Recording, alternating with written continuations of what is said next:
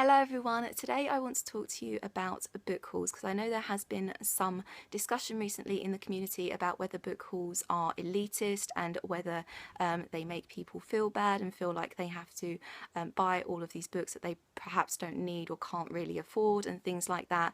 And as someone who has had quite a few recent big book hauls, I felt that I probably should say my piece about where I stand on this. So first and foremost, I'm going to say that I make book hauls because I find them the most fun to film and also the most fun to watch. Before I started my channel, I pretty much exclusively watched book hauls. I didn't really watch any other kind of booktube video because I just found them really fun to watch.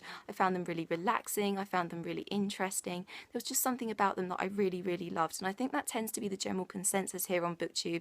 All of my videos tend to get roughly the same amount of views, but my book hauls always do get a little bit more, and I can only assume that's because a lot of people share my love of book hauls. I find they can also be great for kind of little teasers and generating initial interest in books before you put them on TBRs and things like that.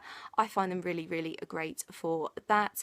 I also want to say that I never ever pay full price for any book at all. If you've been watching my book hauls, you will know that I do spend quite a lot of time trawling charity shops and things like that. Even new releases I tend to get for a lot cheaper than you would do if you bought them through the normal channels. I tend to watch my Amazon wishlist a lot and only buy books when they decrease in price low enough for me to warrant buying them. So there are lots of ways that you can get books for cheap. Also, libraries exist, so you don't really have to have all that much money to be able to buy a load of books normally if you live in somewhere that does have good charity shops and if you know where to look online and things like that. I worked out that my last book haul was about 18 books in that book haul, but I only spent about £45, and I know a lot of people will be like, okay, but a lot of people don't really have that amount of money, disposable income at the end of the month, and I totally get that. But I mean, that works out about £2.50 a book if you split £45 between 18 books. So I don't think that's all too bad, but I understand that I am very lucky that I live with my parents, because I live in a place where house prices are so high that I can't afford to buy somewhere on my own. So what is quite common here in London and the surrounding areas is young people are living with their parents as long as possible in order to be able to save to buy their own place. And even though I earn a decent amount, I earn just short of £1,400 a month, I still can't afford to buy my own house here unless I want to move right up the other end of the country and obviously start my new life and obviously new friends and find a new job and things like that, which obviously isn't really all that practical to do.